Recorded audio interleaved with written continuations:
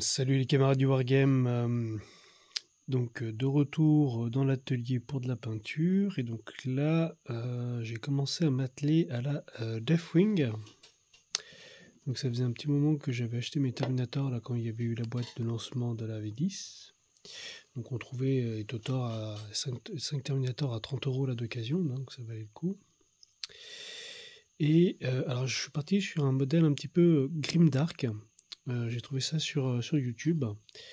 Une base en noir, et ensuite je vais venir avec chaque couleur assez donc dilué comme il convient, avec un gros pinceau assez large, et je vais venir en fait avec ça, voilà, tapoter la figurine, tac tac tac, et avec les couleurs successives,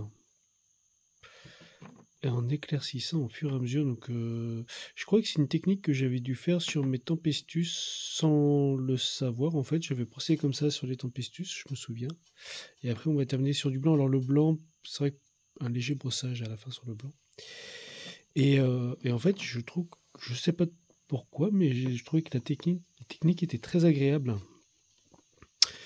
Parce qu'en fait, simple, et puis avec un rendu qui, moi, me convenait bien. Puis une fois qu'on a cette superposition de couches, de la salissure,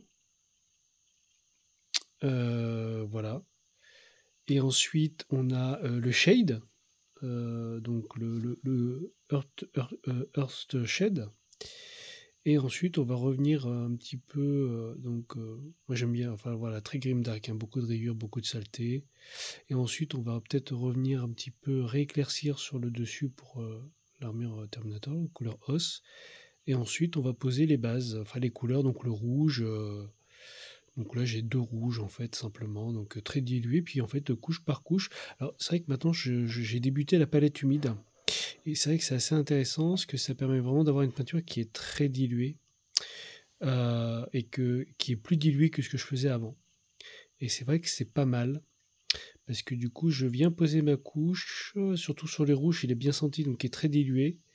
Et puis on va en remettre simplement. Puis vu que la palette humide garde l'humidité de la peinture, on n'est pas en